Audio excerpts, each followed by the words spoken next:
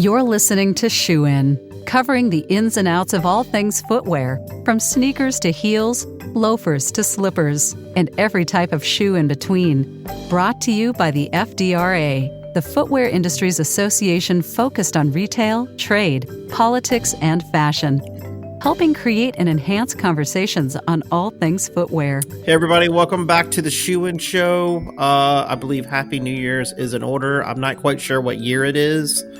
Mainly because I'm surprised we're already at the end of this year, as fast as it went. So, somehow the leaves turned colors really quickly and then fell off the trees within a day.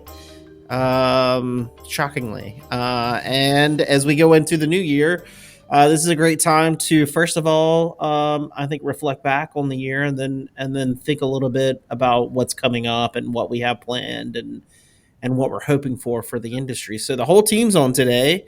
If everybody wants to say hi in unison, I think that would be the chaos we need to really kick off the new year. So everybody, 1, 2, 3. Hi, everybody. Hi. What's up? Yo, yo. What's up? What's up? What's up? Some people don't know what that means. That's okay. They should look it up. It's not that old, right? It's like 20 years Oh, old. yeah. It's like Thomas, 90s. we're old, man. We're old. That's the point. The year went by really quickly because we're old now. That's Jolie and Sabria, do you even know what what's up means? No, but just tell us and we can go look it up later. It's on YouTube. And it's, no? like it's a commercial, Martin? right? It was a commercial. What was it even a It was commercial Bud Light, for? wasn't it? Budweiser, Bud Light. Yeah. Yeah. Back in, 2000? Somewhere in there? Yeah. I was don't know. alive then, so Yeah, It's it a was funny Y2K. commercial. It's good. Sabria was Y2K. pounding beers then, so. yeah. I might have to. All right, so let's look back. 2022, interesting year. Some of the highlights, I think, were the continued supply chain chaos that kind of took us for a loop in a different way than we saw during COVID. The kind of the rapid expansion and all this inventory coming in, and then the rapid deceleration of either buying or just the fact that we brought way too much in. The midterms happened, and that was some craziness that went on. Everybody missed what was happening there. In the market, from your perspective, everybody on here, what, like in 2022, what was the big stories that happened for footwear in particular, or in your lives? Sometimes they're symbiotic. I can't tell where one ends and the other begins. And just so everyone knows, What's Up was run from 1999 to 2002. There you go. There you go. Now you know. I'll start and then I'll pass the baton so everyone knows who's speaking when. That's one of the challenges with podcasts when you have a lot of people on. For me, the year was a year of coming off our biggest year ever in 2021, $100 billion year. Kind of how do you follow up? What's the sequel look like? And it's been a sequel of challenges, to be honest with you, and inflation. I think the I word will reign supreme when we look back at 2022. And inventory, the two I words, inventory and inflation. Those are my two takeaways. So I will throw the baton. You just said I 3 times, Matt. I. My goodness. I. Maybe that's your New Year's resolution, is to think more about others than I. I'm just saying. Maybe it is. Not myself. That's No, what it I'm is. not. Sandy, what's your 2022 takeaway? My takeaway, I'd have to say engagement. I think coming on to FDRA in December of 2021, I came on as VP of Corporate Engagement, and bringing on new people, engaging with the market in a new way. The events took a whole new shape. Everyone was really surprised at all the events, how many people were coming out and sponsoring and wanting to be back in person. Market Week, everyone was back and vibrant and alive. I'd say engagement was one of the biggest trends that I saw this year. And I was excited to be a part of it. And I would say agility, kind of being able to pivot very quickly and understanding what tide, when the tides change, how to quickly act. I think that our market and our industry rather sometimes is a little slow to react. And I think we're getting better and faster, and we have to predict that we don't know exactly what's tomorrow. So I'd say being more agile and engaging more are two of the themes I saw this year. Who are you throwing it to? I'm going to throw it to Thomas. Oh, wow. Okay. 2022, that is a really interesting year. I would say better in a lot of ways than 2021. We're obviously coming out of the pandemic, but also totally unpredictable in many ways, especially on the politics side. Even with the pandemic, we're out, but are we in? Or things, we see situations like in China with the no COVID policy, and we see things here where there's a lot of confusion. And then on the politics side, there were a lot of times when you would see, okay, this is about to happen, but then it doesn't. So, for example, tariff relief. We saw so many times where the president himself is sitting down with his team and is going to do tariff relief to address inflation, and then he pivots and does Inflation Reduction Act, and they keep talking about it. Even with the midterms, totally unpredictable. Everybody in the world thought they had a prediction that Republicans were going to have this big red wave, completely opposite of what everybody thought. So it was a really, really interesting year. So much, Thomas. I'm rooting for you for a better 2023 because it's not just the politics; it's the state of football in Alabama. I do believe is the same issue of unpredictability and everyone assuming that there would be a continue, and there wasn't in 2022. And I feel like you're lost, brother. And I'm hoping 23 is better. It's just saying, hey, the trend goes all the way down. Totally unpredictable there too. We don't know what's going to happen or what has happened at this point. So always unpredictable. Yeah, so I got to pass the baton on, right? Yep. So let's go over to Sabria. Yeah, thanks, Thomas. I'm probably gonna say the whole Kanye and Adidas split. It's probably like the biggest footwear news to me, just because Yeezy made Kanye a billionaire. They were a dream match, it felt like, and as a fan of both of the brands, I'm interested to see kind of where they'll go in 2023, because they're massive and they mean a whole lot to the sneaker culture. So that, and I would also say probably just the Black Footwear Forum. We've kind of, I feel like, almost risen from the dead since the pandemic. Had multiple meetups, national event, nonstop chatter since the event has happened. I thought we'd be able to catch a break, and we're back at it, working on it still. So it's just been an interesting year overall, and a lot of new things have happened, lots of changes. So, but I'm excited for 2023 overall. I think it's going to be a great year. Sweet. So I guess I'm listening to Jolie stuff. Yes. So, new to the footwear industry, started a little over a month ago. So I think for me, the most surprising shoe story, I have to piggyback off of Sabria, would be the Adidas and Kanye split. I think that just comes natural also because he's pretty heavy in my generation. Even if you're not in footwear, it's a pretty big deal. So going into 2023, I, of course, looking forward to getting more knowledgeable about the footwear industry. And that would be my takeaway from 2022, is to just keep learning, keep an open mind so I can learn as much as I can. That's good for all of us, because I feel like as we enter 2023, we should all be very humble and say we don't really know what's coming. The last 5 years, it's like we've had a global pandemic. We had presidents who have been a little erratic, impacting our industry. Then we had, supply chain challenges and shipping. And then, so who knows what might come next year. And we all should be a little bit more humble and think about what we can learn and learn from others. And that's why this podcast is so great, because you can tune in every Monday and get a different viewpoint. You may not agree with it, and that's perfectly fine. But the whole point is to hear others think about different topics, to hear different things that can maybe give you some ideas or sharpen your strategies to get a little bit better. So 2023, what are we hoping for in the footwear industry? Matt, it's back to you. Wow. So there's so much that my colleagues kind of fed up to me, like laid out there for what happened in 22 that helps me think about 23. I think from a broader perspective, I think we'll continue to see dealing with inflation and consumer demand will be down. I think particularly in the first half, this inflation seems to be easing, but it's clearly going to ease a lot slower than it went up. And so I don't know when we'll get back to kind of normal inflationary environment anytime soon, particularly not in 23. So I think that will have an impact. Inventory management will have an impact. Geopolitical, we're now going to be into the presidential race heading into 2024. It's started, and so we've got to be cognizant of that. I think the recent meetings between President Xi of China and President Biden to kind of lower the temperature a little bit between our two countries is a positive thing.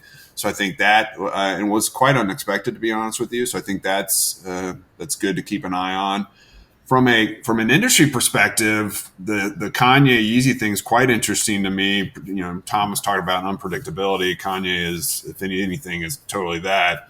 And Adidas, it'll be interesting to see, they still plan to use his designs moving forward without Yeezy on it. So I'll be very curious to see how they evolve that brand and they utilize those designs. And if consumers are fed up with Kanye's shenanigans and just terrible behavior, will they even want to buy those shoes that look like his designs through Adidas? But Bjorn Gulden's going to be the new CEO at Adidas, former FDRA board member when he was at Rack Room Shoes in Dykeman, made his way over to Puma, is now heading to Adidas to be the CEO there. So that'll be really interesting to keep an eye on what he's doing and what he plans to do with the brand.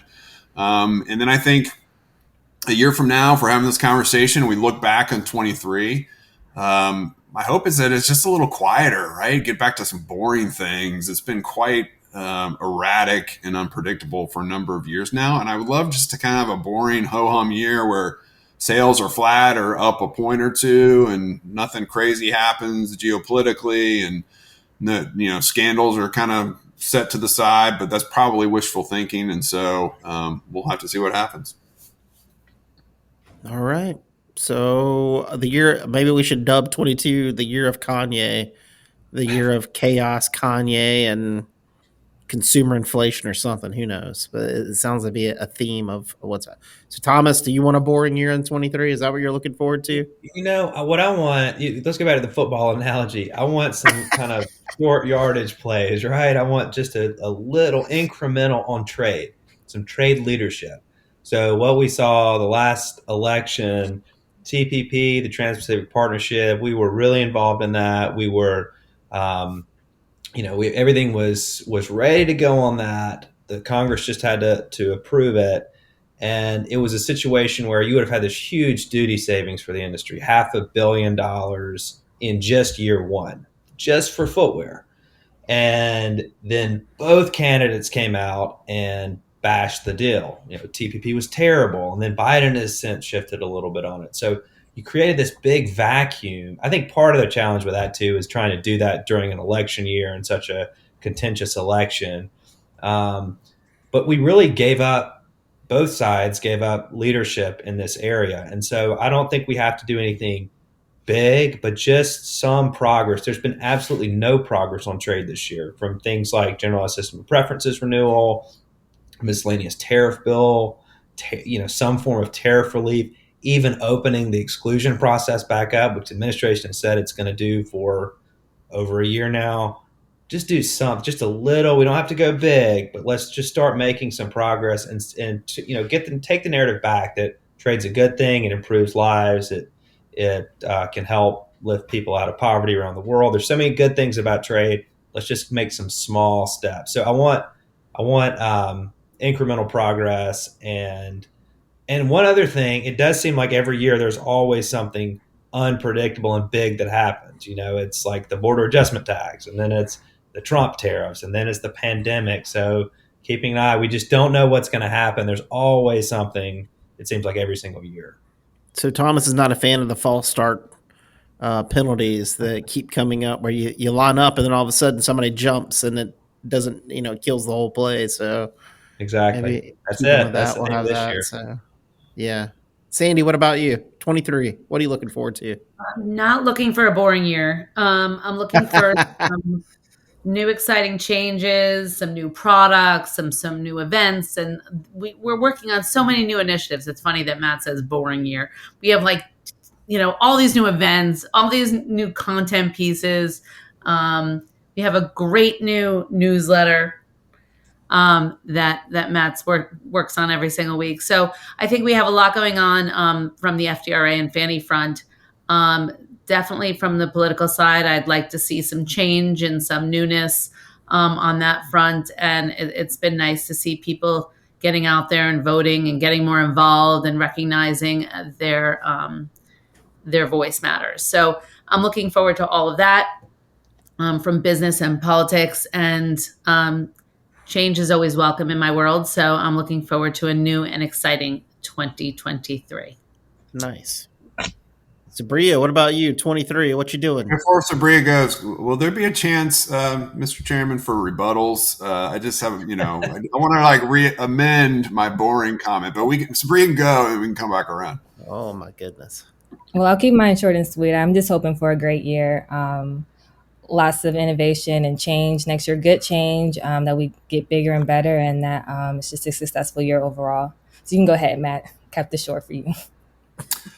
No, I think Jolie can go, and then we'll come back around. Okay, I'll just say this. Look, when I mean boring, I mean like outside the four walls of FDRA. I know FDRA will be killing it, rocking and rolling, and engagement will be, even better than it ever was. And so, please, I don't want our listeners to misunderstand. I want the external circumstances to kind of quiet down a bit so we can catch our breath and make sure that our engagement is like super fun and exciting and fresh and all the things that Sandy talked about. So. Yeah, let me translate that for folks. When Matt reads the newspaper, he just wants to sip his coffee or tea and just be like, "That's interesting," instead of grumbling, but like, "Oh no, not again!" Like exactly that's right. what he's looking forward to. It's just a normal read of the newspaper on a Saturday, enjoying it in his slippers.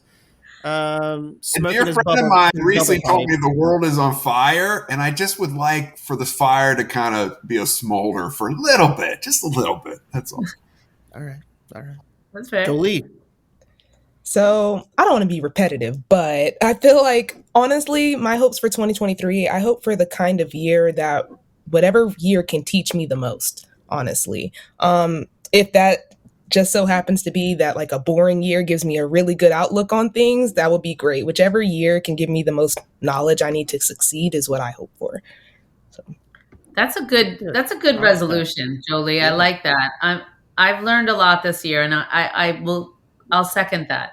I'd love to keep that continuing throughout next year. I mean, I've learned so much about politics and the economy and inflation and inventory management, probably more than I had expected to recognize. But, I thought we were a bunch of empty suits before you got here. We got substance. I liked it. And I like what Sabria had shared earlier too about the Black Footwear Forum. I mean, that weekend was such an education for me and so many people in the industry. So I support, all of what Dwayne and the Black Footwear Forum has done, and Jolie killed it that weekend. And I know there's so much more in store for next year. So I just want to definitely support that as well. Yeah. Right on. For me, 23, I'm looking for a kinder year. I saw a lot of frustration this year coming out of COVID as people try to readjust back. A lot of social anxiety, a lot of angst. During the year when there was like labor shortages, there was a lot of frustration with frontline workers, which to me is sad because they're trying to do the best they can at shorthanded and serve. I even saw it yesterday where people are getting frustrated with a guy who was having to check people out and serve food at the same time. And I hope we just take it a little bit easier on each other. I hope we focus a little bit more on what's important and the values.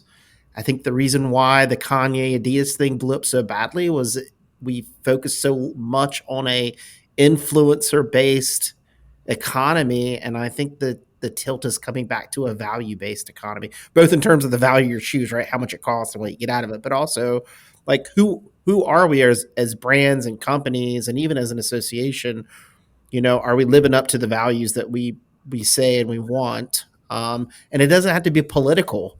It's just got to be like serving the customer better, making a better product is just fine. You don't have to have some political backing or anything like that every single time.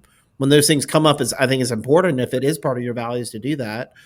But it's like, don't be something that we're not. And that's really what I'm hoping in next year is this trend continues where we find some stability, we find some new interesting things, but it's not built on smoke and mirrors, but actually like there's something backing it up and there's sound business ideas and there's good people doing good work. And that's what I hope for next year is some of that. And we have a lot of that in our industry, and that's a positive thing. But I think that we need to, maybe it's part of the politics, maybe it's just part of coming out of COVID. But I hope there's a sea change. I kind of saw that with the election. For me, the election, if you look beyond the politics and the party stuff, was really people going back to a value-based system of like who we are as a country and what we want. And we believe in certain things like institutions, and we believe things should run a certain way and be fair and just. And I hope that kind of bleeds into what we're doing and how we're thinking about things in the next year. For footwear, I think it's going to be a good year because I think the inventory problem creates a large opportunity to lean back into product development and develop new, fresh product to bring out. Because it's the only way that we get out of this, right? Is like we're trying so hard right now to clean it out. But you also have to like lean into the fact that the customer is so tired of seeing the same stuff. There's going to be some really interesting things, I think, that come out of this. And we already hear some of our partners talk about producing and helping brands already with their product development cycles. And maybe 3, some really interesting things are going to start popping up. So I'm really interested to see what that is and what the trend lines are, because I think it could be all over the place, which will be very interesting as people try to find new ways to do things. So I'm excited to see how that plays out. I like that, Andy. I like the kindness aspect. I like the getting back in person. The market weeks are really important that Sandy runs on behalf of the industry. The fact that Meta is imploding and Twitter's on fire is like, this may be sacrilegious to Gen Z or whatever, but I think it's a good thing. Breaking bread in person, conversating in person, disagreeing in person, staring someone in the face who thinks differently than you or comes from a different background or different perspective is like a beautiful thing. Shopping in person. What's that? Shopping in person. Shopping in person. Yeah, all these things are good for human and flourishing, right? And the social networks are not. And so my hope is that we can continue and people get readjusted after COVID, but that brings with it some kindness, some re-engagement, some less tribalism, setting all that aside. My hope is 23 is a little, and maybe that's going back to that boring part, right? It's getting back to like people and products. Yeah. That's what I would think. If I would summing up what you're saying is people and products, that's what matters, right? All this other stuff is just noise. Yeah. And I think a lot of people are just tired of the noise of what's out there, and they, and I would add to that too. Like, I also hope next year, we're trying to launch some new stuff that helps the industry kind of innovate forward. I think part of that too is like figuring out what the industry looks like in 10 years and try to help us get there instead of putting out fires year by year. So maybe there's like a forward look that'll be very positive as well for folks out there. This episode used to be super goofy and stupid, and now it's like serious and it's like a TED talk and a self-help and an Oprah episode all in one. I think some of it is just reflective of the year, but also like we've really been working really hard to set up for this in 2023. Yeah. Like, to Sabria's point, it never slowed down this year for us in serving the industry. And so I think that it's just reflective in like the fact that we're like still in service mode and still looking forward to the next year and still executing. And I think that's kind of how it reflects is like I think it shows too, like how much our team loves the industry and like really wants it to succeed and help where we can. both professionally and then again personally. I mean, the time and time again, we went out to events and saw people we haven't seen in years this year, and we had hugs again, and people were thankful to get back in. And Matt, I don't know if you want to tell the story about Portland, but you had people who had worked together side by side for years who hadn't seen each other, and they came to an FDRA event to reconnect. It took FDRA going out to Portland across the country to just to get people together to have a beer at the Brews and Shoes. Yeah, that was eye-opening for me. Two things eye-opening for me in 2022. That was one of them. When we got to Portland, and there are people that I kind of the Portland footwear community, people have known each other for years. They've worked with each other's companies. Some of them are married to each other. They clearly saw each other in the pandemic. But at the end of the day, people hadn't seen, they lived down the street from each other and hadn't come together at all in years until we showed up. We flew across country and showed up. So that was eye-opening. And two, having Sandy come with this fresh set of eyes, knowing the industry for as long as she has, and coming in and saying, you know what you guys are doing here as an outsider has a ton of value. And so we've been on the inside for so long, you kind of lose sight of the platform we do provide and what we do curate and foster for the industry. And there's immense value there. And having someone who knows the industry come in from the outside, Sandy, and say, you know what, you guys are doing a lot of great stuff. This is super valuable. It's more valuable than you're even putting out there. And so that's been very helpful for me to kind of recalibrate my mind around what we do for the industry and on their behalf. It's interesting that you said that about Portland. That happened in Boston as well, right, Andy? When we went up to Boston, and yep. Jolie was there too, joining us for the first time as well. We put on a Brews and Shoes, and we had a working group first, and then we had Brews and Shoes afterwards. And a lot of people came and said, "I haven't seen you in so long," and I'm like, same thing, close proximity, but hadn't had a reason to get together and network and be part of the industry at large. I thought that was a lot of fun, and that's a great point, bringing people together. Awesome. There's such an energy to the events now. If you're listening and you haven't been to an FDRA event, ever, or since before the pandemic, I hope you'll come to the next one we have, because what you realize, what you miss not being in person. And then once people get back in and talk and hear some of this content, everybody is so plugged in, so energetic. It's fun. You really come from, at least from our perspective, you come away with so much being in person. And the events, the digital stuff's great too, but I really did enjoy being back in person this year. And we're coming back to DC, which is fun. That's right. In 23. Yep. Yeah. Which will be very interesting and a very serious conversation again about those external forces. But 23 should be even better for all those events, because Sabria is going to be taking over control most of those events now, which I'm really excited about. And I think she'll do great with that. And then Jolie is really leaning into helping share out on social media all our data and resources to folks who may not even know who we are, but to help more people, and then also help backstop and helping build out our marketing of the events to make sure it pops in people's inboxes to let them know. So our team's grown and our team's matured, and our efforts remain the same, which is to serve the industry.